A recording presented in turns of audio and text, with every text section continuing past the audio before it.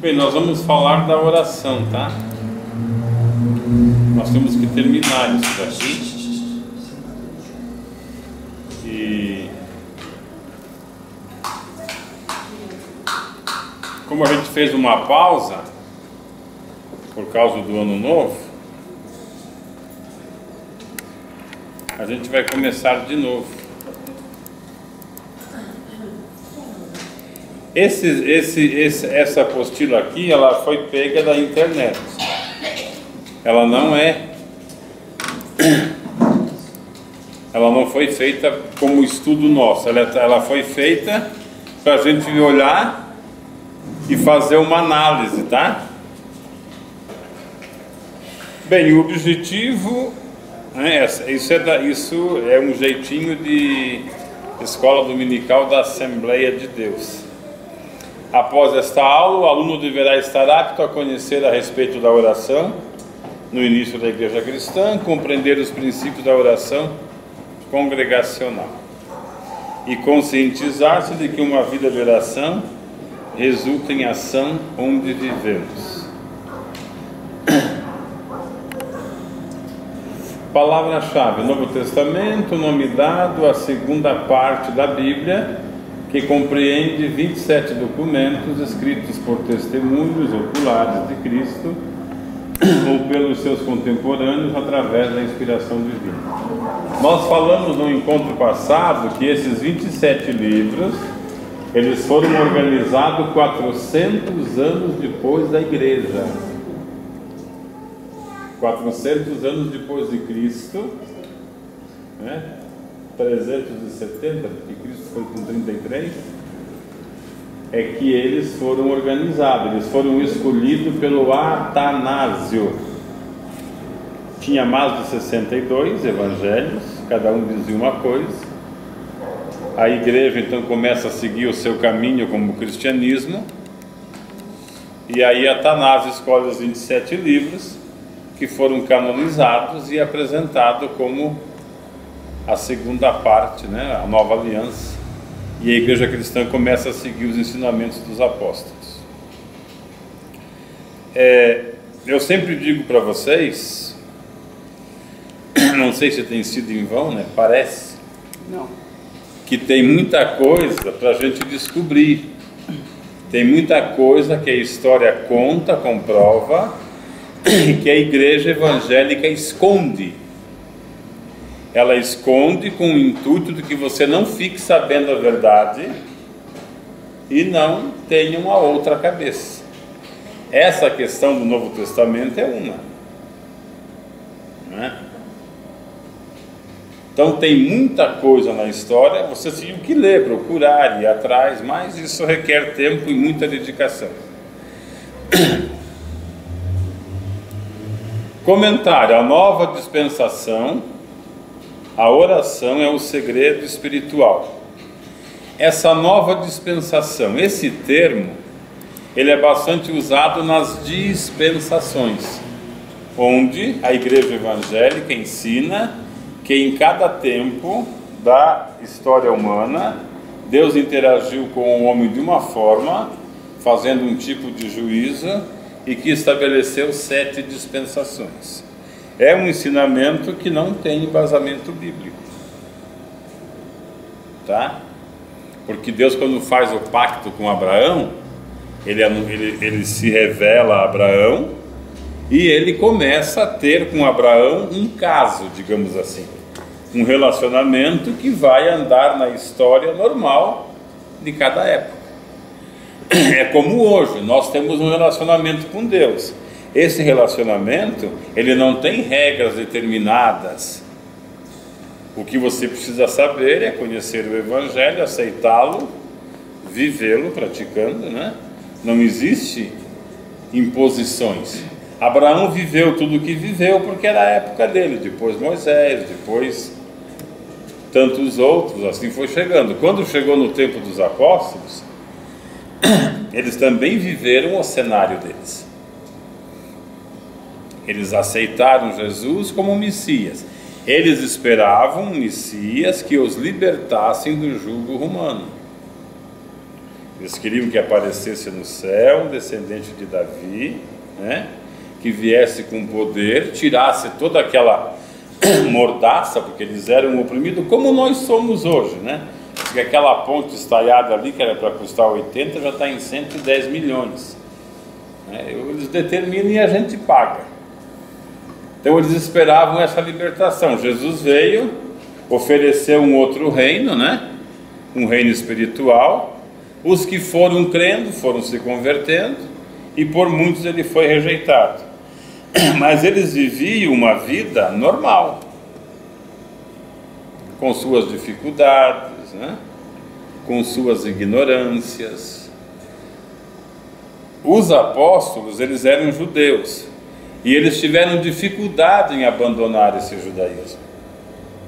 Então eles queriam pegar todos os ensinamentos de Jesus e fazer com que os judeus obedecessem.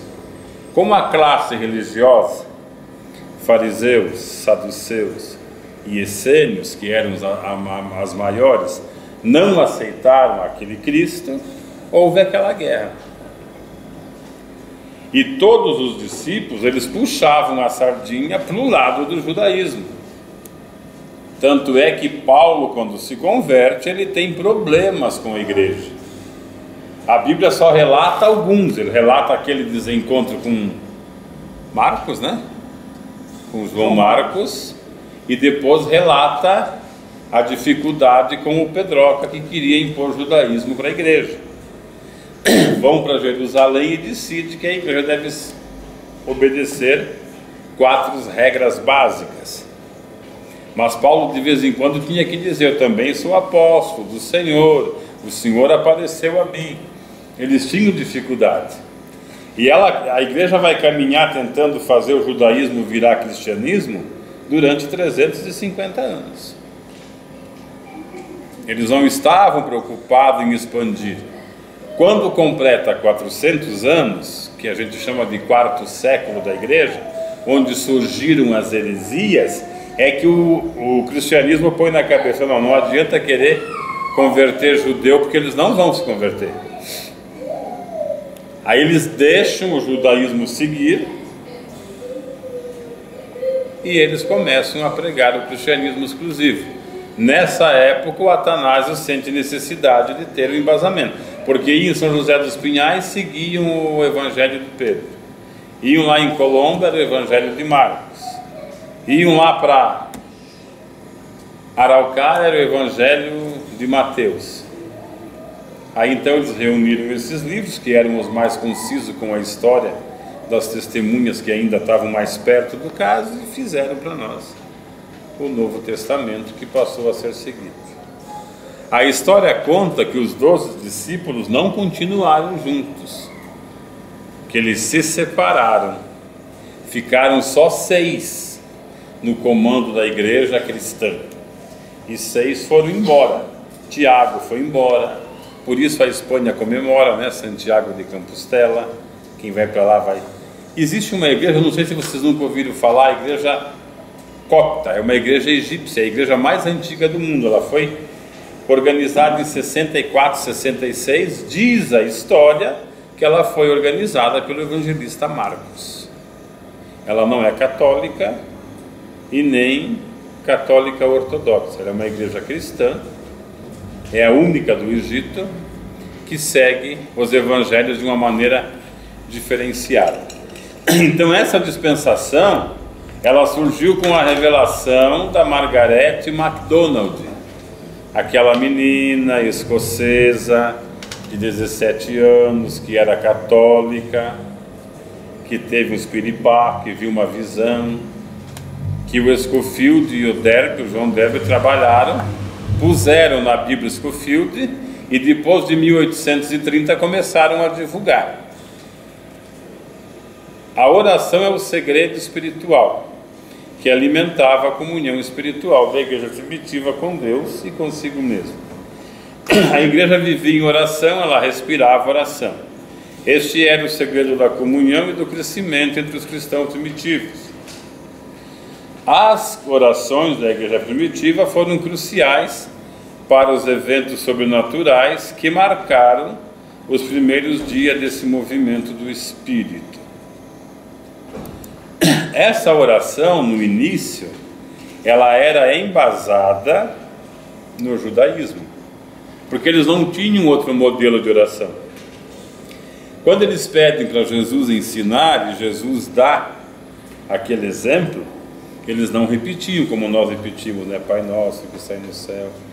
Na oração deles, eles faziam acontecer tudo isso, glorificavam o Pai pelo pão, pela glória, pela santidade, pediam perdão. Mas existiam algumas fórmulas de bênçãos que eram observadas por eles, porque eram judeus, e que o judaísmo observa até hoje. Quando você vai comer o pão, tem a bênção do pão, o vinho tem a bênção do vinho, refrigerante e outras bebidas tem outra bênção, o fruto que vem da terra, como batata, cenoura, tem uma bênção, né?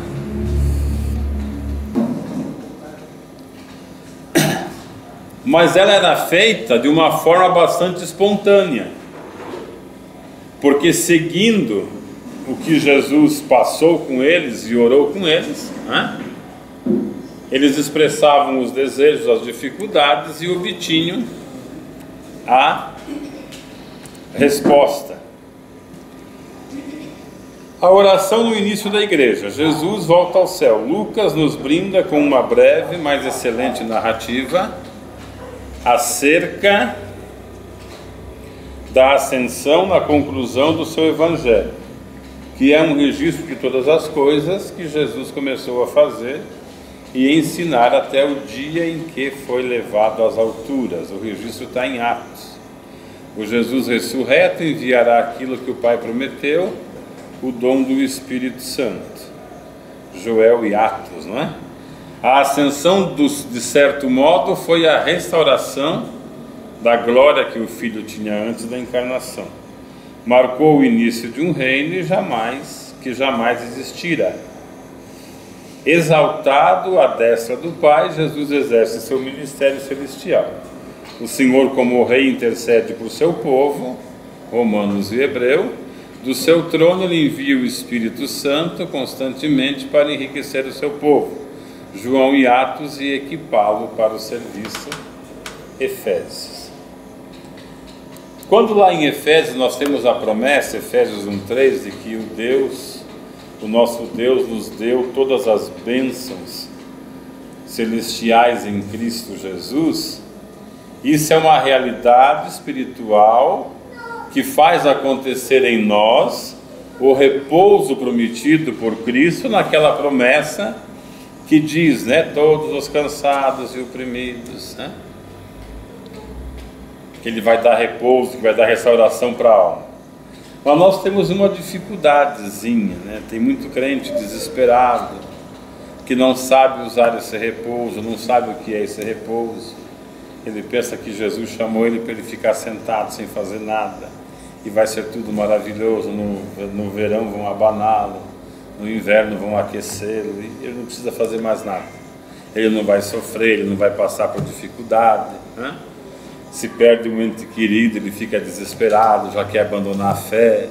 Se ao invés de aumentarem o salário dele, diminuir, ele já vai atribuir isso a tantas outras coisas. Então ele não consegue descansar em Deus, ele não consegue aproveitar esse repouso. E daí surge aquela pergunta: por que o apóstolo Paulo diz que ele sabia ser rico, ser pobre, ter abundância, ter fartura? Como é que explica o fato dele apanhar na prisão depois de tantas injustiças e ainda dizer que eles estavam alegres?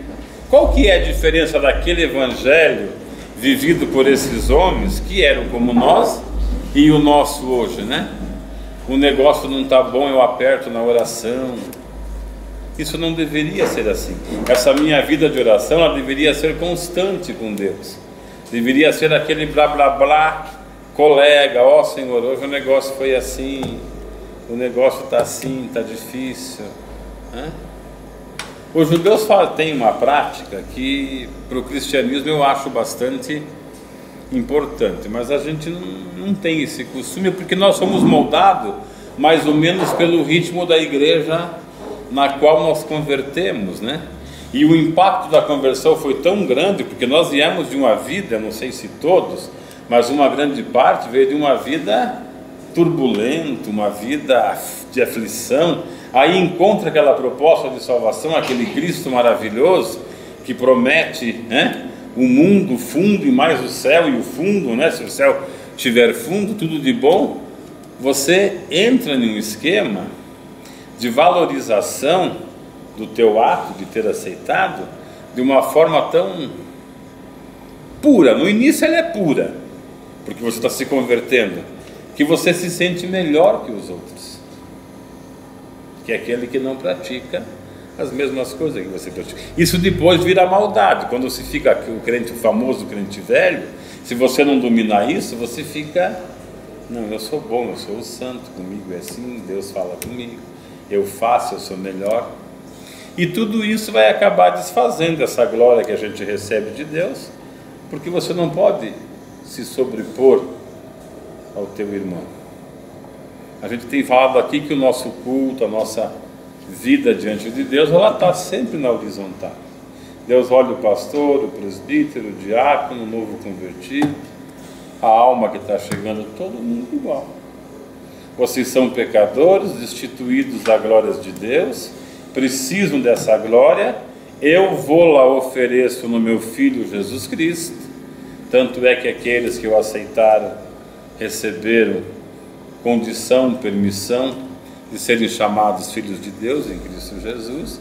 Mas você precisa ser moldado nesse evangelho que exige de você um comportamento, não é sacrificoso, mas um comportamento digno de homem de Deus e mulher de Deus. Diraldo, esse problema da mudança do que era e o que é bem visível nos dias de hoje, que você olha as pessoas evangélicas, você já diz, fulano pelo jeito é de tal igreja, tal denominação.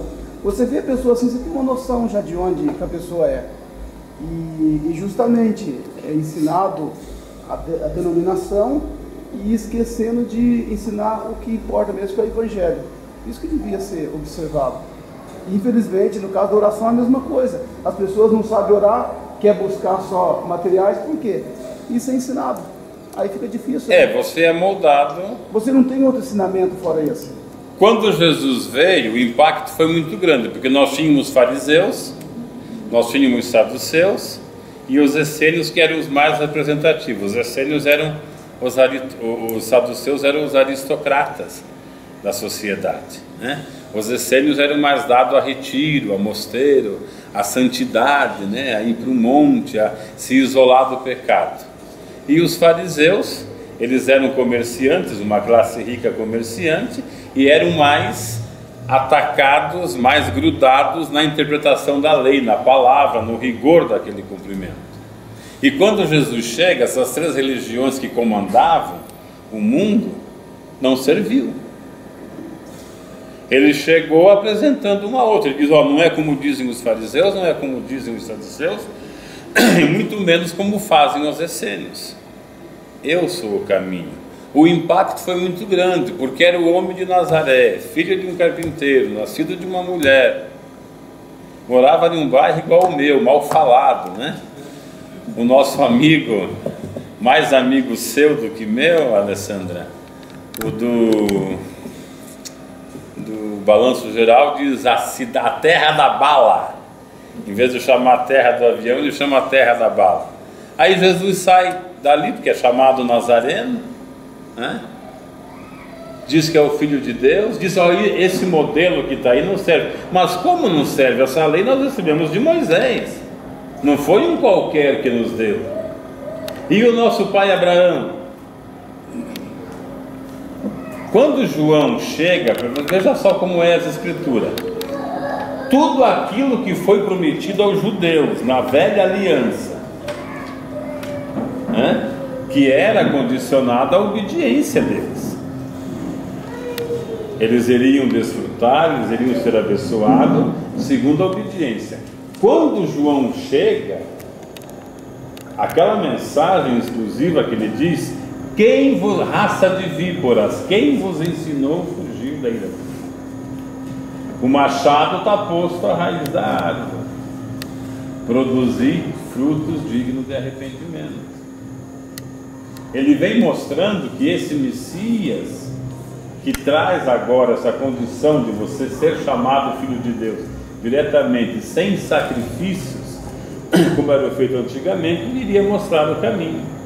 Se após mim vem um maior do que eu, de quem eu não sou digno nem de desatar a cordinhas, o cadarço da sandália, vos batizará com poder, com fogo, vos ensinará. Então ele traz essa clareza, mas os discípulos, eles eram, sendo judeus, eles tiveram algumas dificuldades. Você tem, eu já falei, repito, o concílio onde Paulo diz: Pedro, não dá para fazer assim. Você está querendo tornar o povo judeu, e esse povo não pode ser judeu, porque o judaísmo não salva mais. O judaísmo nos trouxe até aqui. Nós temos um Cristo, nós temos um Messias que trouxe uma nova aliança, que instituiu, que ensinou. Você tem que dar uma... E nessa questão, como eu disse, então, esse costume do judeu que ficou, que eu diria proveitoso, quando é um judeu religioso, ele, depois que ele se deita, ele começa a analisar como é que foi o dia, uma reflexão rápida. Se você não fizer muita coisa errada, é uma reflexão rápida. Estou brincando, hein? Ele vai dar uma analisada no que aconteceu, quem que ele agrediu, deixou de agredir, de fazer. Ele apresenta aquilo a Deus, pede perdão por aquilo, né? Pede que Deus se compadeça. Rapaz, que é isso? Você está querendo um chazinha? Já comigo. Depois ele faz a oração dele, agradecendo pela vida. Faz a oração dizendo que Deus é o único Deus. Isso é norma, né? Do judeu. Aí ele dorme. Quando ele acorda, que ele abre o olho, ele repete a oração agradecendo porque Deus devolveu a alma dele, né? E daí pede para que Deus ajude que aquele dia ele possa fazer um pouquinho melhor do que ele foi no dia anterior. Aí vai recitar lá a oração que diz que Deus é o único Deus, depois a lavagem da mão, daí vai o dia inteiro. Da lavagem da mão, comer do pão, as outras coisas, até quando ele vai ao banheiro. Após as necessidades fisiológicas, ele diz uma oração, agradecendo a Deus por ter feito o corpo humano, na sua sabedoria, uma harmonia tão grande que se uma daquelas coisas não funcionarem, e assim ele vai o dia inteiro. Não seria o nosso caso, mas seria o nosso caso ter essa vida de oração em relação com Deus continuamente. Nós só oramos quando o bicho aperta. Quando vai resolver uma coisa, tem que vender um terreno, vou fazer uma campanha. Aí tem que comprar uma casa. Irmão, não pode ser assim. Nós não vivemos o cristianismo. Poderoso, o senhor, tem gente que a coisa aperta e fica mais nervoso ainda. Mas as pessoas fazem, e daí faz com aquela fé, meu Deus, meu Deus. Isso para Deus é hipocrisia, você sabia? Você pode pensar, não, mas é uma simplicidade, Deus conhece, Ele sabe. Não, irmão, você para Deus é hipócrita, se você vive uma vida dessa. Porque Ele diz, pô, é como o marido, né? A mulher, desculpa, que só temos adultos. A mulher só serve para aquela hora, naquela hora vem cá minha pombinha. Mas quando é para levantar cedinho, levanta a sua vaca, vai, estou atrasado. Chega em tarde, vê a louça cheia, não sabe, a pia cheia, não sabe se tem filho para cuidar, o que aconteceu, você é uma porca mesmo. Depois ele muda de ideia. Quando a gente relaciona-se com Deus dessa forma, é assim. Ele sabe quando que o Natal vai orar, ele está terminando a chácara, falta algumas coisinhas, né? Por enquanto ele está orando, Senhor, dá um dinheirinho aí para nós mandar o trator a prainado. Depois que tiver tudo bom, ele não pôs rede lá ainda. Que ele puser rede, ele vai deitar na rede e cantar, eu quero trabalhar pro meu... Mas na rede, entendeu? Eu queria trabalhar, eu queria... E não adianta a gente dizer que não, porque a gente vive assim. É como aquela história, não, eu vivo cada dia, né? A gente tem que aproveitar o dia, fazer as coisas boas, dormir, não se preocupar com amanhã, se amanhã acordar. É tão bonito falar isso, a gente dá conta, mas a gente não faz. Eu estou aqui, mas estou preocupado com o dia 28, que vão querer me furar, me cortar. Estou desesperado. Não é só você não, André. E porque eu estou nessa, eu estou agarrado todo dia. Senhor, tenha misericórdia. Depois que passar, eu deveria continuar agarrado com o Senhor nessa oração. Isso é cristianismo. Por isso que ele falou, não adianta você bater a cabeça lá no Pai de Santo, não adianta você levar os teus sacrifícios lá na tua igreja, não adianta você entrar na corrente da oração para resolver aquele problema. Para o judeu, apesar de todo esse ritual que eles têm, né, durante o dia todo, a oração para eles não é uma obrigação e nem um sacrifício. A oração para eles é a conversação diária que é necessária para que a presença de Deus esteja sempre ali. Vai lavar a mão, quando ele vai lavar o rosto, ele agradece por aquilo. Quando ele compra uma roupa nova, ele agradece por aquilo. Quando tem uma festa de aniversário, o irmão Levi chega aqui e diz, vamos para uma churrascada por minha conta, eles têm uma oração para isso. Ele diz, não é uma cantada não, viu, pastor Levi? Eles dizem assim, eles agradecem porque o Senhor nos permitiu chegar nesse momento de prazer. E a nossa vida deveria ser assim, né? Mas a gente acorda, não está nem aí, depois se envolve com aquele serviço da vida, ou vendedor, ou comprador, ou alugador de imóveis, não alugador de, né? Tudo que você faz, né? Você tem motivo para pedir a Deus direção, sabedoria, agradecer, está ligado, você não precisa desligar dele. Ele não atrapalha o teu relacionamento se for uma oração. E os discípulos souberam viver isso, porque tinha uma dificuldade. A religião que nos apresentou todas essas normas, nós somos judeus, conhecemos bem todos os costumes dos nossos pais, mas agora nós estamos aí diante de um ensinamento totalmente diferente, onde ele fala que nós devemos glorificar a Deus, devemos pedir perdão, condicionado ao perdão que nós damos, pedir o pão de cada dia, pedir para que não nos deixe cair em tentação, para que nos livre do mal. Então essa oração, ela precisaria ter ficado com a gente, né? Mas não fica. Eu sei orar o 23 quando eu quero bênção, eu sei orar o 91 quando eu estou com medo, eu sei orar o Salmo 140 quando eu quero que ele mate meu inimigo, e assim eu vou, com fórmulas, né? Isso é a mesma coisa que fazer um despacho. Eu pego um fio da barba do Natal, que já está grande, põe lá na boca do sapo, costuro e digo, ele vai morrer. Eu faço a campanha do Salmo 140, toda madrugada eu levanto para orar o Salmo 140, querendo que Deus destrua os meus inimigos. Quando Jesus vem, diz, mas não é assim. Você tem que orar pelo que te persegue, pelos seus inimigos, você tem que amá-los. Eu estou fazendo uma coisa além de antibíblica, diante da nova aliança, isso é um crime. Mas é difícil ainda. É difícil. Por isso ele nos mandou o seu Espírito Santo. Então a nossa preocupação, irmãos, ela deveria ser essa, e não o que eu vou ter, o que eu vou ganhar, o que eu vou ser, porque você só vai ter, ganhar e ser se Deus permitir.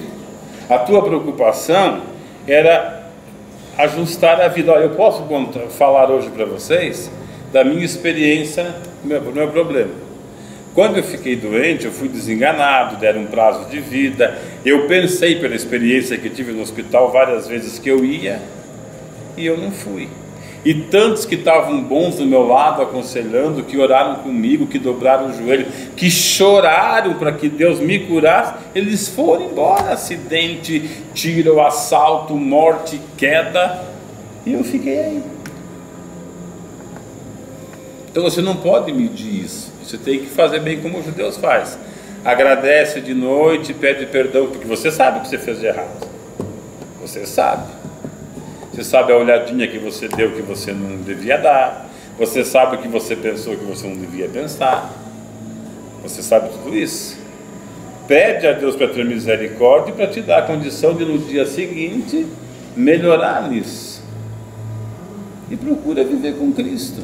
Não tem outro jeito de você ir para o céu, porque com sacrifício você não vai. Se você pensa que o teu caminhar na mesma direção sempre... Faz 30 anos que eu oro no monte, amém. Se isso não for para você um sacrifício redentor na tua cabeça, porque daí você anula o de Cristo. E se você anular o de Cristo, meu filho, você está frito. Uma gíria da minha época de jovem. você está frito. Porque sem aquele sacrifício nós não vamos ir a lugar nenhum. É ou não é, pastor? Não tem como você entrar por outra porta. Nem o judaísmo, que recebeu a promessa. Você pode ler o livro de Mateus percebendo que Jesus foi anunciando devagar. Ele disse: o reino está sendo tirado da mão de vocês e vai ser dado a outro. Se vocês não crerem que eu sou, vocês vão morrer no pecado. Ele não falou isso para qualquer um, ele falou para praticantes da lei mosaica. Não adianta você ser religioso. Se vocês não crerem que eu sou, até usou a mesma frase da revelação de Deus ao pai Abraão, que eles tanto consideravam, a Moisés, que eles tanto consideraram como seu legislador. Falou: se vocês não crerem que eu sou, vocês estão fritos. Então o cristianismo e a oração, ela faz parte, né? Quando diz orai sem cessar, diz: é impossível orar sem cessar. Não é possível, não é impossível, é necessário. Tudo que você for, não é aquela oração, irmão, que você se ajoelha no canto de glória, glória, glória, Senhor, não estou falando disso, isso são fórmulas. É aquele teu confiar e conversar com Deus, como nós estamos aqui, né? E você pode falar com Ele em todos os lugares. Todos os lugares. E sobre tudo. Mas, irmão, eu estou com vontade de adulterar. Conta para ele, porque você, como cristão, você não pode adulterar. É interessante, porque quando a gente vai pecar, a gente não ora. Mas se vier um pastor e dizer: irmão, vamos fazer uma visita no hospital evangélico, eu vou orar a Deus para ver se Deus permite, arte de santidade. Mas não precisa permitir, ele já mandou. Está mandado, é explícito o mandamento. Irmão, vamos fazer uma oração na casa, eu vou orar para ver se Deus... Irmão, vamos expulsar um demônio lá, eu tenho que me preparar. Mas você não está preparado? Que negócio é esse? Você é um cristão despreparado? Não tem que orar, porque senão eu vou lá, ao invés sai dela, vem em mim. Aí você já não, para mim você já não é mais cristão. O espírito é forte, mas a carne não. Porque se o teu espírito, se o teu cristianismo não supera aquilo lá, você não é cristão, não, você me desculpe. Tem uma que diz: puxa, eu orei lá, mas depois que eu saí, uma dor de cabeça. Irmão, isso ou é coisa da tua cabeça, porque nem tudo é o demônio, mas não pode ser uma ação do demônio, porque daí você é fraco, irmão. Como é que você vai para a batalha? Como é que diz o hino? Entra na batalha onde mais o fogo inflama, e peleja contra vil tentador. Se você vai orar, vem com dor de cabeça, então você está ferrado. É na linha de frente, né? Porque cristão não faz retaguarda. Cristãos são todos linha de frente. A nossa retaguarda é o Espírito Santo, e na nossa frente está o capitão Jesus. Capitão, porque em uma batalha ele é maior. Não estou rebaixando de general para capitão, mas você está na linha de frente, é fogo aberto. Senão não fica, né? Vamos dizer que o general seja Deus, né? Mas a gente tem dificuldade com isso. Quando vai pecar, não sai escondidinho, já sai e diz: não, vou pecar, e peca. Não ora, não pede para ninguém, não diz para ninguém. É hora de você dizer: Senhor, eu estou indo lá naquela casa de prostituição. Você tem coragem de dobrar o joelho e dizer: estou indo lá naquela casa de prostituição? Você vai permitir, vai me deixar? Como é que eu faço? Eu vou, não vou? Você vai impedir? Vai tirar esse... Eu estou querendo ir lá. Porque também não adianta nada você dobrar o joelho com toda aquela vontade de ir lá e glória, glória, Senhor, eu te amo, eu te adoro, e pensando, você está sendo hipócrita do mesmo jeito. O olho aberto e fechado. Você está sendo hipócrita do mesmo jeito. Senhor, o Senhor está vendo o desejo que está em mim? O negócio aqui está feio, Senhor. Como eu sou cristão, eu sei que eu não posso fazer isso. Então eu preciso que tu me ajude. Dá um jeito aí e ora. Se nós fizéssemos assim, nós não cairíamos na tentação. Mas a gente, não, se eu contar isso para Deus, ele vai me matar. Ele já sabe o que você está querendo fazer. Se ele tivesse que te matar, já estaria morto faz muito tempo. Tem uns que já levantam da cama com o pensamento, tem outros que já deitam pensando o que vai fazer no dia seguinte, ele teria te matado. É como aquela mesma história que o altar é santo. O altar do Senhor é santo. Quem tocar nessa tribuna está curado. Ainda bem que não é assim, né? Quantos adultos que sobem na tribuna e faz a igreja chorar? Ele não saía lá de cima. Deveria ser, como aquele que tocou na arca sem permissão. Não teríamos quase pregador, né? O evangelho estaria bem diminuído. Então a sinceridade diante de Deus, né? Você vai ter motivo para orar o dia, vai faltar motivo para você orar. A primeira reunião de oração após a ascensão de Jesus, os discípulos se reuniram no cenáculo em oração.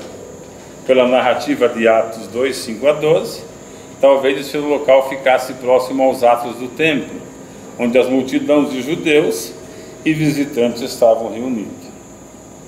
Esta pode ter sido a mesma sala onde eles tinham celebrado a Páscoa e onde Jesus havia instituído a Santa Ceia, ou era uma sala na casa de Maria, tia de Barnabé, onde os cristãos se reuniam. A história conta que essa reunião se deu na casa de Elias Marcos, da família dos Marcos, e que após serem investidos de poder, os discípulos saíram do cenáculo e foram até o templo, porque a pregação dizia a respeito àquela gente que estava aglomerada no templo por conta da festa de Pentecostes, e começaram a dar testemunho de tudo aquilo que precisava ser testemunhado. Completamente poderíamos afirmar que essa ocasião foi inaugurada no círculo de oração. Aqui já é uma questão bem pessoal, né? Como o estudo é assembleiano, é círculo de oração. Se fosse da Deus é Amor no tempo que eu me converti, era no grupo das bandeirinhas, porque as obreiras eram chamadas de bandeirinhas na época que eu me converti. E assim por diante, né? Mas foi aquela promessa. Os irmãos eram Daniel, né? É isso já depois. Quando os irmãos eram Daniel, as irmãs eram Ana. Né? Então, mas depois, isso aconteceu por conta da promessa de Joel, diante daqueles que esperavam a promessa. Nesse ponto, sou obrigado a discordar do nobre comentarista.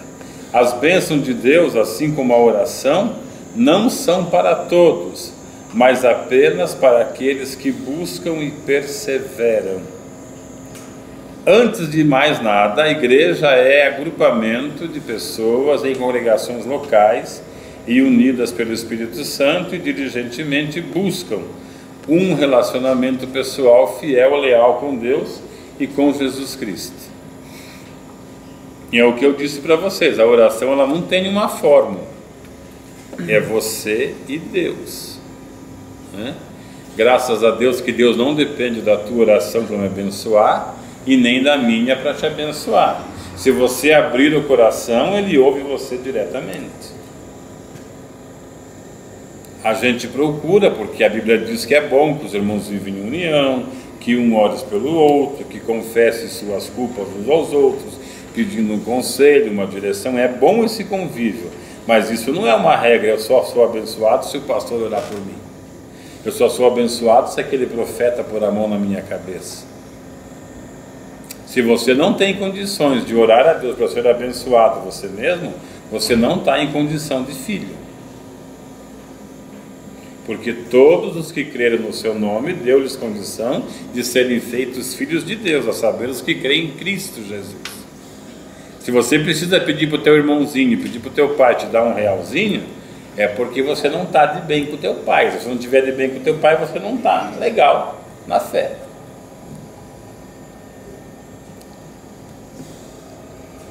A oração, volto a dizer, congregacional, é maravilhoso. Mas você tem que estar firme quando você estiver sozinho. Jesus, se dependesse dos discípulos para orar, na hora que ele mais precisava, eles dormiram.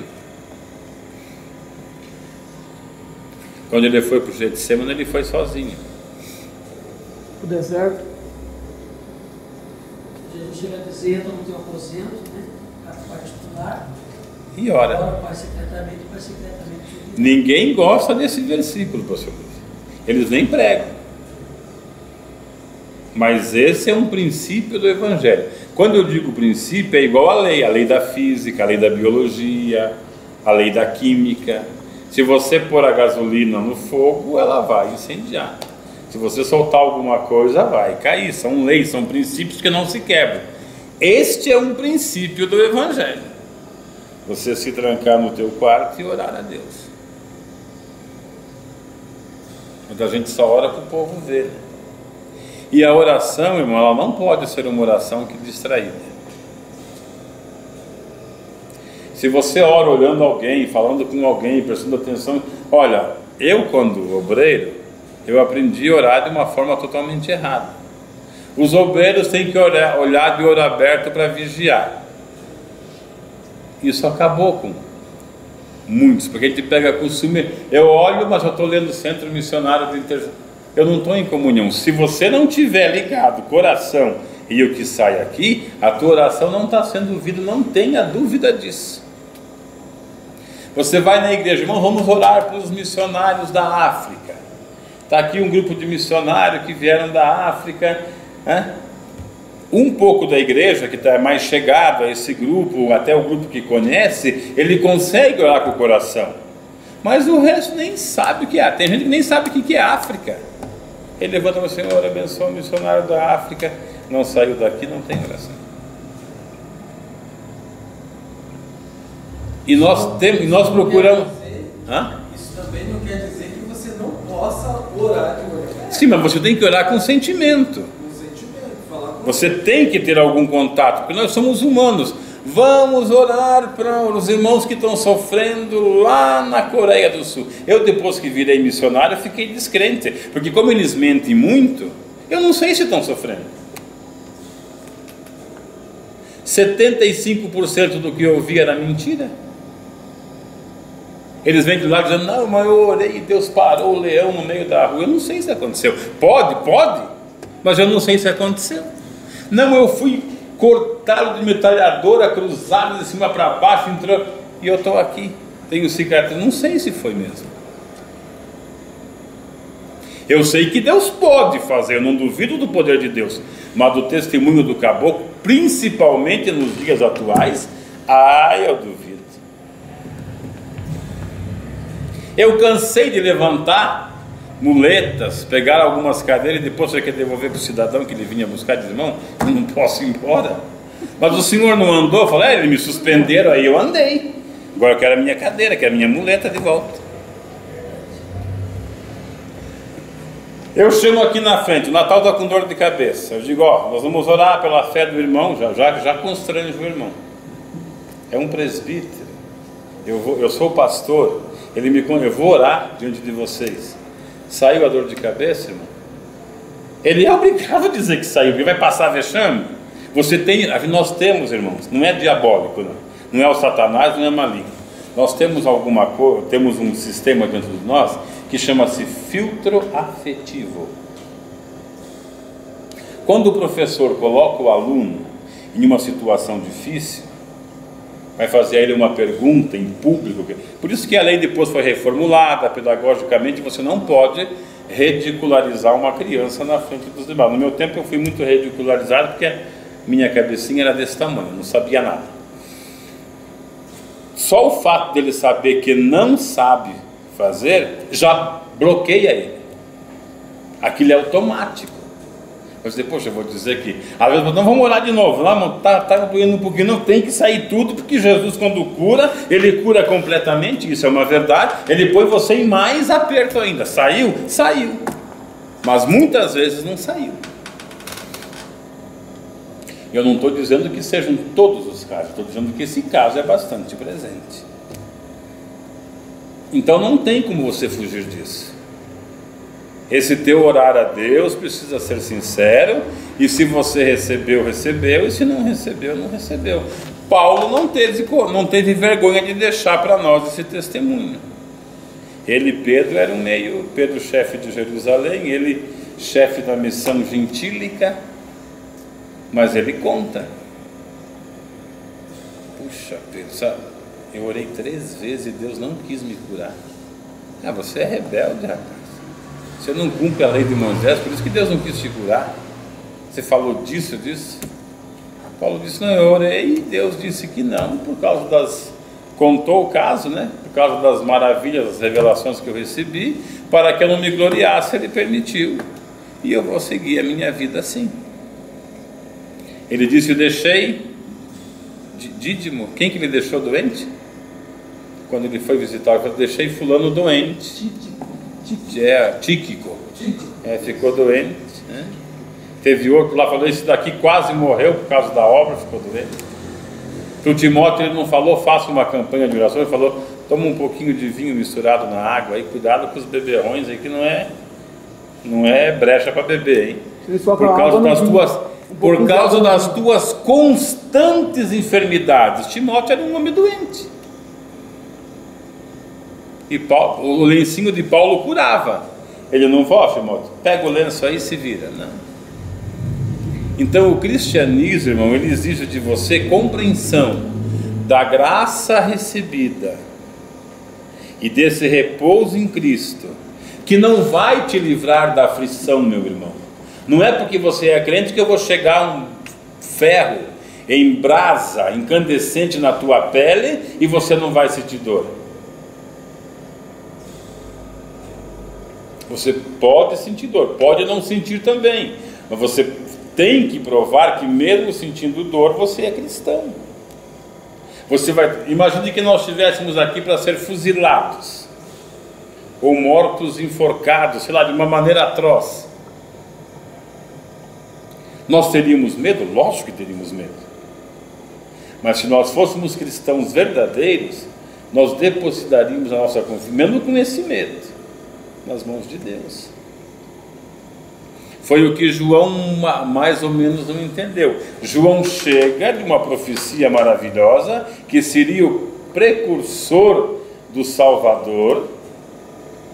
Ele declara, eis o Cordeiro de Deus, é esse o Filho de Deus, a ele escutai. Depois ele vai para a cadeia. Aí ele pega os discípulos e ele fala, escuta, vai lá e pergunta para Jesus se é mesmo ele ou se a gente tem que esperar o outro. Eu estou aqui. Jesus, sabendo que João conhecia toda a profecia messiânica, falou, ele não disse eu sou, ele falou, diz para ele que os cegos veem, acontece isso, os coxos andam, e aos pobres é anunciar a salvação. João disse a ele mesmo. Deus queria para João aquele início de anúncio e depois o martírio. Mas Jesus, quando fala de João, diz que não houve, dentre os nascidos de mulheres, não houve ninguém maior do que João. Isso é cristianismo, o cristianismo que nós desconhecemos, porque o que nos é apresentado é só vitória. Eu sou super-homem, eu estou por cima, eu sou poderoso, eu posso. Quando não está por cima, porque você... Eu vou para a África, mas eu vou de primeira classe, porque eu sou um servo do rei, eu sou filho do rei. O filho do rei não come sardinha, come lagosta. Que evangelho fajuto, né? E se tirar o avião desse caboclo e a lagosta, ele não faz mais nada, ele não vai. Não precisa muito. Os pastores que vão ficando famosos, como nós temos na rede aí, não visitam o hospital, não visitam a casa de ninguém. Graças a Deus que ainda tem os pastores que têm consciência disso e vai na favela, vai orar para o doente, vai no hospital, vai na casinha da viúva, vai na casinha da velhinha. Mas os grandões não vão, não sai do aquário, não sai da proteção, não sai do carro, não sai dos leão de chácara lá, que tem uns que tem, né? Eu não sei que cristianismo é esse. mas estão vivendo, enfim, vão indo. Para onde eu não sei. Estão caminhando. A oração entre a perseguição. Os crentes do Novo Testamento enfrentavam a perseguição em oração fervorosa. A situação parecia impossível. Tiago fora morto, Herodes mantinha Pedro na prisão, vigiado por 16 soldados. Todavia, a igreja primitiva tinha a convicção de que a oração feita por um justo pode ir muito em seus efeitos. E oraram de um modo intenso e contínuo a respeito da situação de Pedro. A oração deles não demorou a ser atendida. As igrejas do Novo Testamento frequentemente se dedicavam à oração coletiva prolongada. Você veja que Tiago foi preso um dia antes e foi morto. Foi morto um dia antes. E a mesma igreja que orou por Tiago não relata a Bíblia, mas relata a história, orou. Pedro orou por Tiago também. Mas Deus não queria que Tiago saísse daquela situação. E Tiago, crente, glorificou a Deus, sendo decapitado no dia seguinte. Já o Pedro, o anjo foi buscar. Diz: ó, Pedro, bota aí a sandália, até, e vamos embora. É uma outra coisa que você precisa. Você vai apresentar a Deus a questão, você vai orar, você vai interceder, você vai pedir, confiante que seja feita a vontade de Deus. E nós temos exemplo de oração, de gente que não sabia orar, de gente que conhecia a Bíblia, de gente que era pecador, de gente que era santo, e que Deus não respondeu da maneira como a pessoa gostaria. Quando Ezequias ora a Deus, você percebe o conhecimento teológico que o rei Ezequias tinha. Os querubins que voam, que te glorificam, dos altos céus, potente, uma oração teológica. Foi sincero, Deus respondeu. Então você tem o Pedro assustado, com medo, desesperado: Senhor, salva-me. Foi uma oração, salvou. Você tem o cego, mendigo de rua, que não sabia orar, só gritava: Jesus, filho de Davi. Jesus curou. Você tem Paulo, que orou, né, com conhecimento de toda a lei. Não, aguenta firme aí, que é minha graça, porque enquanto você estiver assim humilde, quebradinho, eu posso te ajudar. Se você pôr orgulho no coração, você já não faz mais parte desse povo e eu não posso te ajudar. Então aguenta aí. Temos esse, e temos uma oração de um santo, que foi Jesus, que falou: Pai, se for possível, passa de mim esse cálice. Todavia, não seja feita a minha, mas a tua vontade. Foi de um santo e Deus não respondeu como ele queria, porque ele queria que passasse. Ele disse: se for possível, passa. Deus disse: não, meu filho, aguenta aí, porque essa humanidade toda depende de você. O crente atual não sabe gerir isso. Eu quero a vitória. Ele diz que põe Deus na parede, espreme Deus no canto, faz não sei o que com Deus. Eu não sei que Deus é esse que você pode espremer na parede. Põe Deus na parede. Fica difícil você ter uma ideia de que põe Deus na parede, né? Pedro, tem gente que fala: ó, se o senhor não fizer isso, eu não vou ser mais crente, não vou servir a ele mais. Tem pessoas que falam, já vi muita gente falar isso. É difícil, não é? Mas é o cristianismo vivido. A intenção de Deus é que seu povo se reúna para oração definida e perseverante. Note as palavras de Jesus: a minha casa será chamada a casa de oração. As igrejas que declaram basear sua teologia prática e missão no padrão divino revelado no livro de Atos e em outros escritos, devem exercer a oração fervorosa e coletiva como elemento vital da sua adoração, e não apenas 1 ou 2 minutos por culto. Na igreja primitiva, o poder e presença de Deus e as reuniões de oração integravam-se. Nenhum volume de pregação, ensino, cântico, música, animação, movimento e entusiasmo manifestará o poder e presença genuínos no Espírito Santo sem a oração neotestamentária, mediante a qual os crentes perseveravam unanimemente em oração e súplica. Aqui nesse ensinamento nós temos um probleminha, porque se prega assim.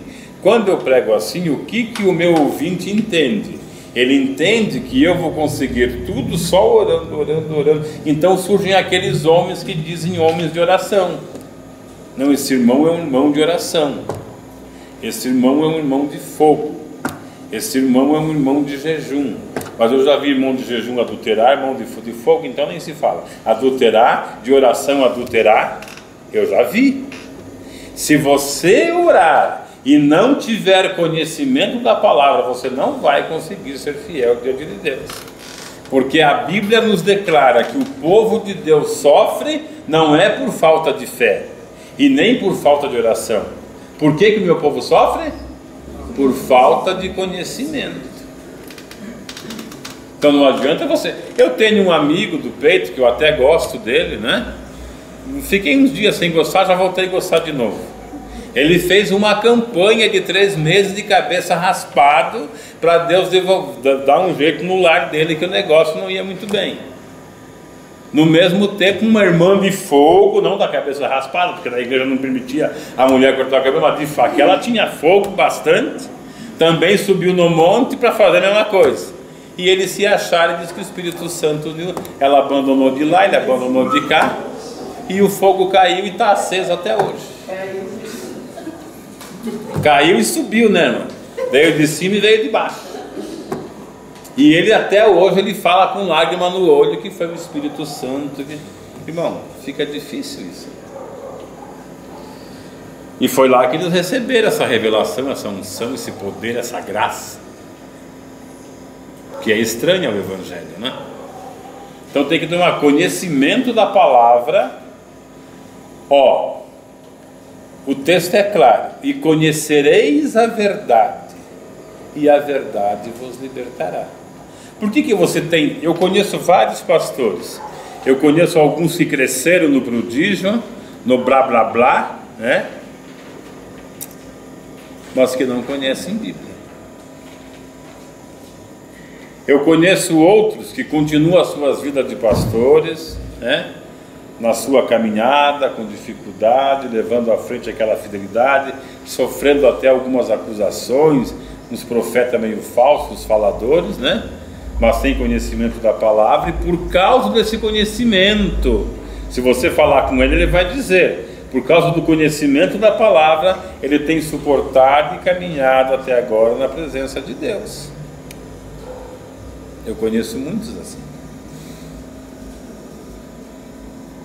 Mas o povo não quer isso, né? O povo quer um pouquinho de glória.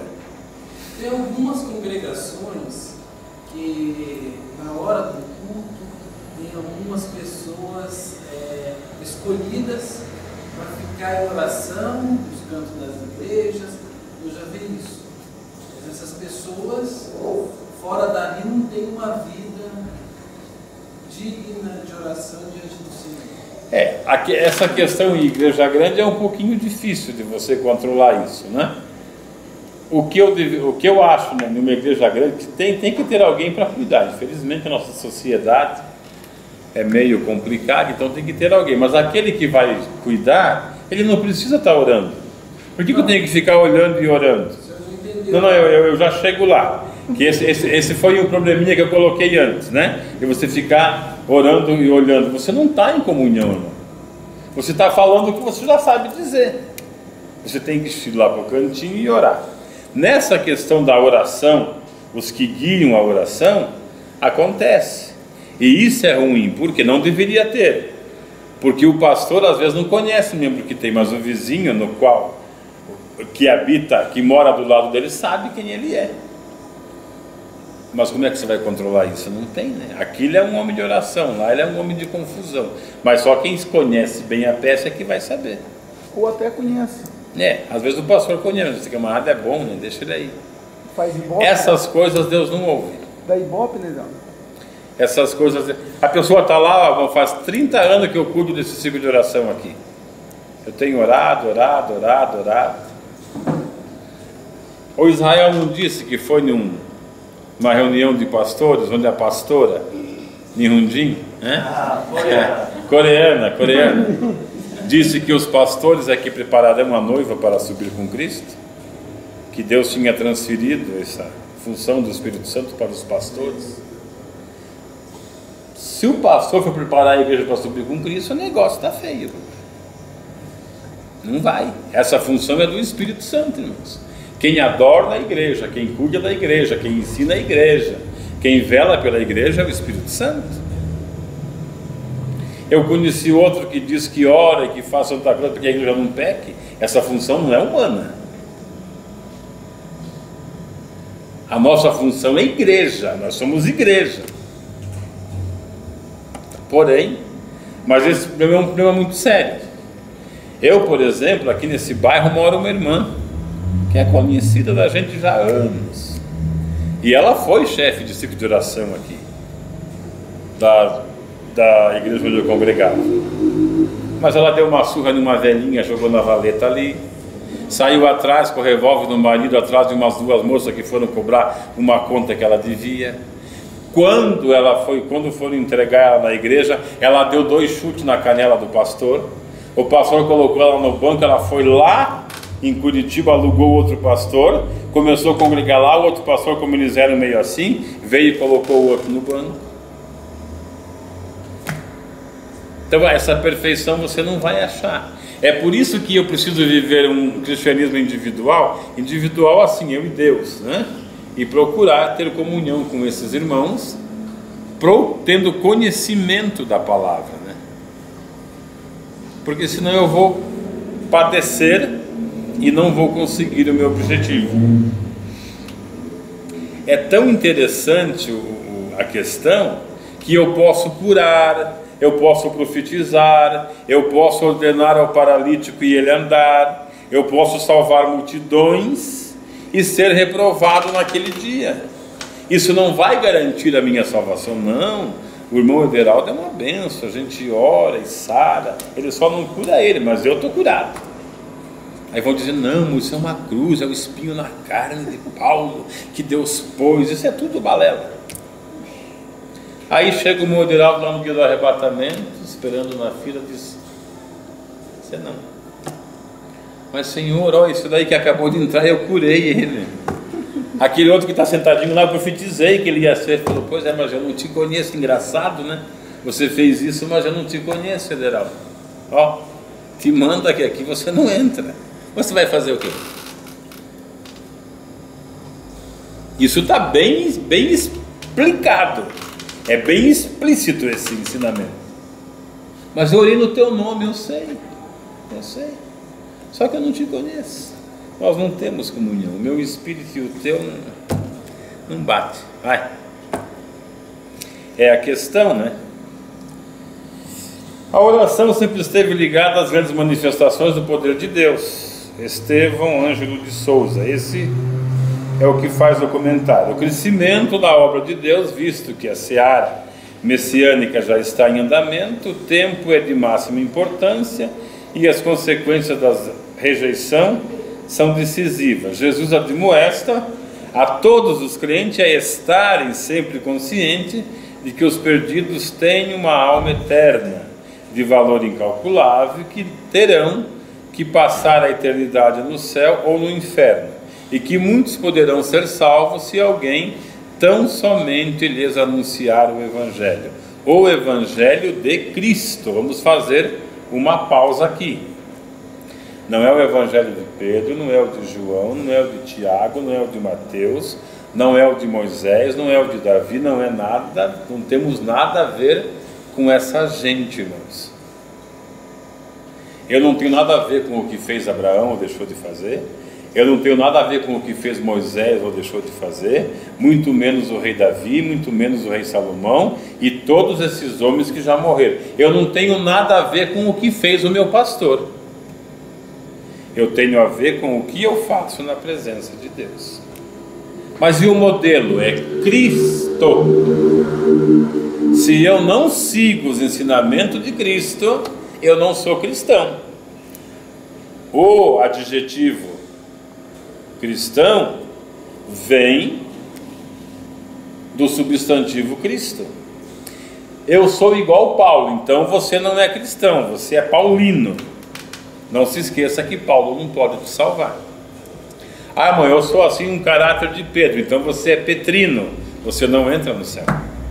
Ah, não, eu já sou mais espiritual, eu sou joanino, mas não entra no céu, porque não foi Pedro, não foi Paulo, não foi João que morreu por você na cruz.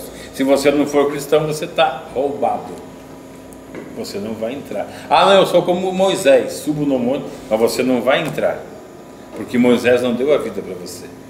Ah, não, eu já faço como Abraão, só pensando nas coisas boas. Vamos pensar nas coisas más que eles fizeram. Ah, eu sou igual ao rei Davi. Quando você combateu o gigante foi uma benção. E quando você mandou matar Urias e casou com a mulher dele, você fez um adultério e um assassinato. Você é igual a Davi? Ah, eu sou como Pedro. E quando Pedro fez o que não devia fazer? E quando Paulo disse, sede meus imitadores? Como eu de Cristo. Mas ele baseia em Cristo. Ele baseia. Então eu sigo Cristo. Eu seguindo Cristo, eu estou imitando Paulo.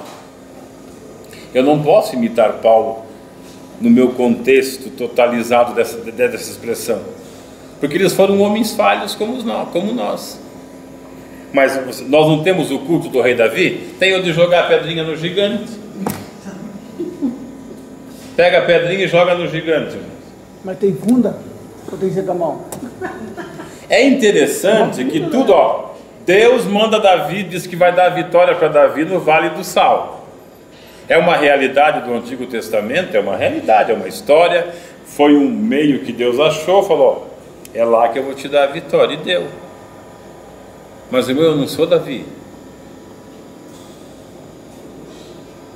Deus não precisa que eu vá para o Vale do Sal para me dar a vitória. A minha vitória está em Cristo. Como é que é? Mas graças, Coríntios, mas graças a Deus que nos dá A vitória. por nosso Senhor, Salvador Jesus Cristo. Eu não preciso de vale de sal.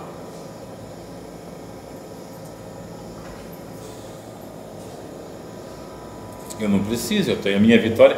Se eu não estiver em Cristo, eu não tenho vitória. Aquele relacionamento Deus e homem diretamente acabou, irmão. É por isso que você não precisa da Maria no meio. É por isso que você não precisa do pastor. Mas você precisa de uma única pessoa, que é Cristo. É o único mediador entre Deus e o homem. Sem Cristo não tem como chegar aqui. No princípio da revelação veterotestamentária, você tinha indicações de Deus, profetas que eram usados para trazer uma palavra para que você se conscientizasse da bênção que estava sendo derramado para a redenção de todo ser humano, porque Deus estava se revelando. Em Cristo, quando Ele nos dá o Filho e envia sobre nós o seu Espírito Santo, Ele cumpre a promessa dita pelo profeta Jeremias 31, que naquele dia Ele daria o Espírito que ensinaria, que daria condições, e que em Cristo nós seríamos redimidos para Ele. Você não pode pôr nada no meio disso, porque senão estão ensinando para você outro evangelho. Tudo que fugir de Cristo, irmãos, quando eu falo Cristo, eu quero dizer só Cristo. Eu não quero que você entenda nem João, nem Pedro, nem André, nenhum dos discípulos, nenhum dos reis e profetas e juízes que participaram da história da salvação antigamente. Estou falando de Cristo, o Filho de Deus que encarnou, nasceu da Virgem, padeceu e morreu no Calvário por mim e pelo teu pecado. É dele que eu estou falando.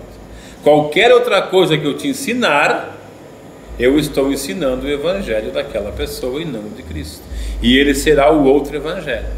E o próprio Paulo disse: se descer um anjo do céu e vos anunciar outro evangelho além deste que nós vos temos anunciado, seja anatema.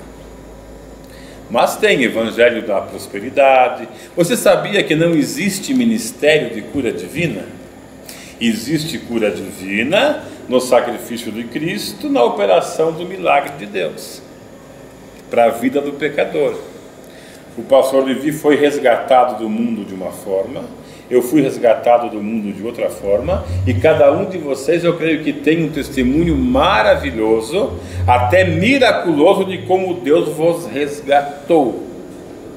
Mas isto foi o amor de Deus que proporcionou para que você reconhecesse o seu poder e se entregasse a Ele. Esse ministério de cura divina, que era o sinal do Messias, por isso Jesus diz, vai e diz para João, que o cego vê, o coxo anda, o surdo ouve, o mudo fala, é liberto, ao pobre é pregado a salvação, porque esse é sinal do Messias, então ele é Ele mesmo. Então nele nós temos essas bênçãos. Esse ministério de cura divina, logo que ele iniciou, ele foi pregado em algumas igrejas, ele tinha um efeito positivo, porque ele trazia o necessitado para Cristo, como ainda era pregado um evangelho puro. Puro que eu digo é, que oferece salvação, perdão dos pecados, para você morar com Jesus, nada mais. O resto é bênção secundária que o Senhor pode te dar, se Ele quiser, é Ele que vai decidir se dá ou não. Alguma coisa também depende bastante de você. Enquanto a igreja pregava isso, ela tinha um efeito, isso tinha um efeito positivo. Hoje não, porque eu só vou para Cristo se Ele me curar. Eu estou com câncer de pulmão, vamos na igreja que Jesus vai te curar. Eu vou para a igreja. Se Jesus me curar, eu aceito. Se não me curar, isso não é evangelho, isso é barganha, é troca, é negócio, é alô negócio, é troca, é o que você quiser, mas não é evangelho. Mas é isso que é apresentado. Teu marido está quebrando tudo em casa, vem para a igreja, que Jesus vai amansar teu marido, só se teu marido se converter. E Jesus não vai virar o botãozinho dele para a direita, anda direito, não. Ele vai ter que reconhecer que ele é um pecador miserável, que precisa da obra de salvação que Deus nos deu em Cristo Jesus, senão ele vai continuar quebrando as coisas. A conversão é pessoal. Eu preciso querer isto. Eu preciso querer isto.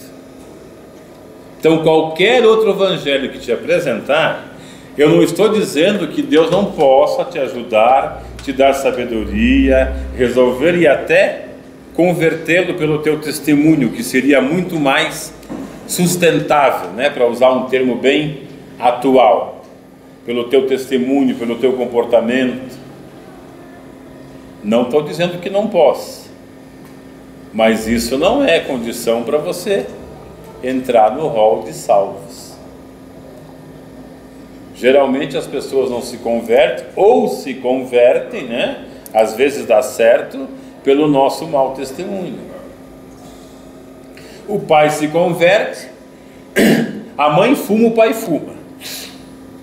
Aí o pai está desesperado com tanto problema, passa numa igreja evangélica e Deus faz a obra e ele se converte. Ele reconheceu, ele se converte. Aí ele chega em casa e quer proibir a mulher de fumar. Não, mas agora eu sou salvo, mas é você que é salvo, ela não é. Mas eu não posso dormir com uma pessoa que chupa a chupeta do diabo. Você chupava junto. Agora você vai ter que ter realmente convertido para suportar a chupeta do diabo na boca dela e com amor conquistá-la para Cristo. Isso é evangelho. Hoje tem Listerine, não é propaganda não, viu? É porque funciona. Hoje tem Listerine, né? Eu tive um caso esses dias aí, lá na Igreja Batista, onde eu faço a célula. O marido desesperado falou: pastor, eu quase não vim hoje. Por quê? Não, porque o diabo pegou minha esposa de um jeito. Eu falei: meu Deus, eu tinha conhecido a mulher, tinha 2 dias. Mas pegou, falou, pegou. Nós estávamos prontos para vir à igreja. Ele olhou no espelho e falou: não vou, porque esse apetite está apertado, eu não tenho outro, e eu estou muito gordo, estou cheio de pneuzinho. Eu falei para ela: mulher, já estou pronto, põe qualquer coisa aí, vamos para a casa de Deus. Aí ela já se aborreceu, disse que não vinha, e foi para lá. Daí eu fui ver se eu achava alguma coisa para ela calçar, porque até na sandália, até no pé não entrava a sandália, achei um livrinho do Espiritismo guardado do lado do guarda-roupa dela. Tem 2 guarda-roupa, pelo que eu entendi, né? Pequeno no quarto.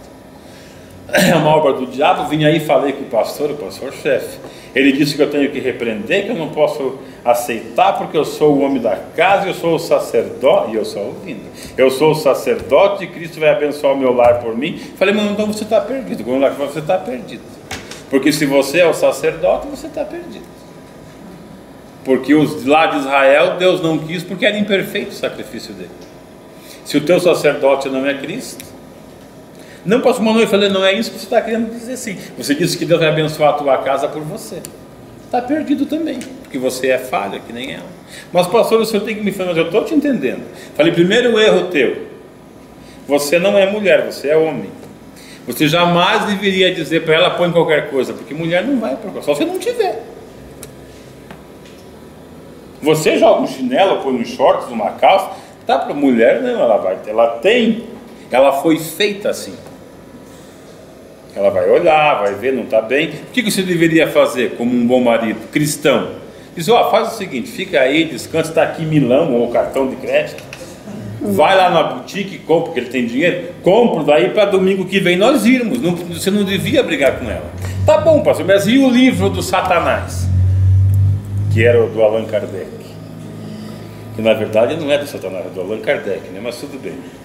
Eu falei, mas como é que isso entrou? Ela falou, não, pastor, quando eu casei, nós éramos espírita, nós frequentávamos o espiritismo, e daí Deus me salvou, e depois eu estou tentando trazer, e ela estava vindo. Falei, então você está mais, é outro erro que você fez, meu amigo. Quando você casou com ela, vocês dois eram espírita, ela não é obrigada a aceitar o teu Jesus. Mas irmão, como é que eu vou dormir? Falei, você vai dormir com uma médium do Allan Kardec. Você chega aqui, recebe o Espírito Santo, ela vai lá, recebe o Allan Kardec, e de noite vocês se juntam e dormem, são marido e mulher. Não tem o que fazer, meu filho. A Bíblia diz que o marido santo santifica a esposa e a mulher santa santifica o marido. Mas pastor, então eu quebrei o pau, fez tudo errado. Mas foi esse pastor que me falou, bem, você vai resolver com ele, porque você não é, eu vim aqui fazer uma célula, você está errado. Mas irmão, ela se incorpora, irmão, entra. Eu falei, pois deixa o negócio entrar nela. Se você não pode expulsar, fica lá olhando. Você deveria expulsar, porque você disse que é cristão, né? Mas eu não me contamino seu... Aí falou, né? Falei, não. Vocês casaram nesse acordo. Se você, mesmo assim não é cristianismo. Se vocês fossem crentes e depois cada um para um lado, eu até daria um apoiozinho. Mesmo assim não é cristão. Porque o que eu entendo como cristão? Uma pessoa que recebeu a salvação, que tem o Espírito Santo, que tem a mente de Cristo e que tem luz. O que não é cristão, segundo o que me ensina a Bíblia e eu creio, ele não tem a visão que eu tenho, a sabedoria que eu tenho, a luz que eu tenho, porque ele está em trevas. Então quem sabe mais, o mais forte, deve proteger e suportar o mais fraco. Isto é cristianismo. Mas irmão, eu não vou me contaminar? Falei, não. Mas a gente dorme juntos. Eu falei, eu estou entendendo, irmão, eu estou entendendo. Não precisa você rasgar o véu. Mas você fez muito errado. Ela não vem mais. Eu liguei depois, ela falou, irmão, não vou porque é difícil. Aí ele é um anjo. Mas aquilo é tão estúpido. E daí eu leio, quando eu leio Allan Kardec, ela diz para mim o Evangelho segundo Allan Kardec, eu choro. Porque o Allan Kardec fala de uma bondade que ele não tem. E ele diz que é cristão. E o Allan Kardec, eu sei que ele deu uma copiada do Evangelho, mas ele fala de coisas boas que ele não tem. O senhor está me entendendo? Eu falei, estou, muito bem. Só não disse, mas devo daí, concordo com a senhora. Porque ele não é um cristão, ele é um convencido. Foi o que Jesus fez quando chegaram os homens com Maria Madalena. Na lei de Moisés, eles já foram acabando com Jesus, né? Na lei de Moisés está escrito, e nós pegamos essa dona aqui em adultério. Ele disse, tá bom, então o que não tiver pecado, atire a primeira pedra. Isso é cristianismo, que não se vive mais. Meu amigo Natal, esses dias foi me visitar. Aí uma pessoa muito querida minha falou: escuta, depois que ele saiu, que foi embora, o Natal está desviado? Eu falei: não, até me assustei. Não, ele está de cavanhaque. Falei: ah, tá bom. Esse é o cristianismo que eles vivem. Que Deus tenha misericórdia de nós, né, irmãos? E que nos ensine a ser cristão. Porque senão, meu irmão, aquela sentença de curei e profetizei, nós vamos ter que ouvi-la, hein? Não pense que aquilo é para crente descrente. Porque o crente que é descrente, que está ali na igreja por estar, que não acredita em nada, ele não se mete a curar enfermo, a expulsar demônio, a profetizar. Ele está ali, diz: a hora que der, deu, a hora que não der, eu pulo fora. É para nós que fazemos isso, que achamos que somos o bom. Ah, vamos chamar o irmão Aderaldo que ele expulsa demônio de longe. Lá vai o irmão Aderaldo. Oh, vai lá que o irmão Aderaldo vai profetizar para você, tua vida vai melhorar. Lá vai o irmão Aderaldo. Mas naquele dia, Jesus disse aí: eu não te conheço, Aderaldo. Mas Senhor, não, fica quietinho, não quero nem te ouvir. Eu não te conheço. Sem contar, né? Se a geral vai lá a hora, vai saber se leva alguma coisa no bolso. É? É o servo do Eliseu. Do Eliseu. Não adianta você fazer. E é para nós, hein, que estamos no campo de batalha. Porque aquele que não faz não vai ouvir nada. Você não fez nada. Até o que recebe vai receber Deus uma sentença daquilo que ele recebeu. É verdade. Jesus falou com um corazinho que é que sai de Cafarnaum. Dos milagres, sinais. Essa é uma outra verdade, pastor Levi, que condena a alma de muitos crentes. Eu sou filho de Deus, eu estava com uma enfermidade, o médico me desenganou, eu joelhei, Jesus me curou. Mas isso não quer dizer que você é crente. Isso, se você não tiver com a tua vida no Evangelho, no dia do juízo, vai ser um agravante contra a tua pessoa. Mas Senhor, o Senhor me curou. Pois é, e mesmo assim você não entendeu a mensagem. Você continuou fazendo coisa errada. Mas tem um exemplo, falando Eliseu do moço, tem um exemplo do Amã. O exemplo do Amã. Era lá do povo. Mas esse de receber cura justifica, né? Eu me sinto bem. Puxa vida, eu orei e Deus me curou. Eu estava com uma dor de cabeça, orei e Deus me respondeu. Isso dá a impressão de que eu sou santo diante de Deus. Não. O Natal está aí faz 3 anos nessa máquina aí, ó. Já orou para ele até o Papa, ele não sara. Mas eu orei e Deus me tirou de tudo isso. Aí diz: mas Senhor, o Natal vai sentar lá, é você que não pode entrar aqui. É o Evangelho. Hã? Temos que ter certeza disso, que o Senhor nos dê vitória, não é? Para entrarmos nesse repouso e sermos verdadeiros cristãos. Você não prova que você é cristão quando você faz qualquer serviço religioso. Quando você vai orar para alguém, você não prova que é cristão. Quando você clama pelo sangue de Jesus, você não prova que é cristão. Quando você se reúne aqui, canta, se alegra e chora, você não prova que é cristão. Quando você vai à tribuna e traz uma palavra profunda, você não está provando que é cristão. Porque isso qualquer pessoa pode fazer, principalmente hoje, com a escola de teatro avançada como está. Você prova que é cristão quando, diante de uma situação de pecado, de crueldade, de não misericórdia, de não santidade, você avalia e diz: eu não posso fazer isso porque eu sou cristão. O camarada te ofende, te agride, quer te matar, você tem a espada na mão para furar a garganta, eu não posso furar porque eu sou cristão. É nessa hora que você prova que você é cristão. Eu sou tentado no adultério, mas eu tenho respeito pela minha família, pela minha esposa, eu sou um homem de Deus, eu preciso me livrar disso e eu não posso fazer isso. É essa conscientização que diz para Deus que você é santo e que você vale 10. Porque apesar de estarmos numa escola sendo testado, eu sempre digo e vou repetir: Deus não tem média, não existe 5,5, 6, 7 como faz a escola. Ou você recebe 10 ou você recebe 0. Não tem média. Não, vamos recuperar uma médiazinha, não. Ou você faz certo ou você não fez nada. Isso é santidade. Saber respeitar teu esposo, teus pais, os teus filhos, a sociedade, porque você tem compromisso. O pastor Levi diante de Deus é requerido dele. Primeira coisa, comportamento correto como cidadão brasileiro, porque está debaixo de uma legislação que, mesmo não valendo nada, isso é um desafogo meu, foi permitida por Deus. Depois ele é cobrado como pai, porque ele tem 2 filhos. Depois ele é cobrado como esposo, porque ele tem a esposa. E nisso Deus exige bastante. Deus diz que ele tem que ser sábio para saber conviver com ela, dando a ela a honra, não que ela seja, mas como o vaso mais fraco, para que a oração dele não seja impedida. Deus pega pesado aí. Depois ele tem que dar conta como pastor de uma igreja, porque ele é pastor de uma igreja e tem um rebanho para cuidar. Se ele fizer tudo certo e não fizer a parte de pai certo, ele não vai para o céu. Se ele fizer tudo certo e não fizer a parte de marido certo, ele não vai entrar no céu. É por isso que a Bíblia diz: Deus não se deixa escarnecer. Tudo que o homem plantar, ele vai colher. Isso é evangelho. E foi só isso que Jesus quis ensinar. Ele não quis saber de ritual.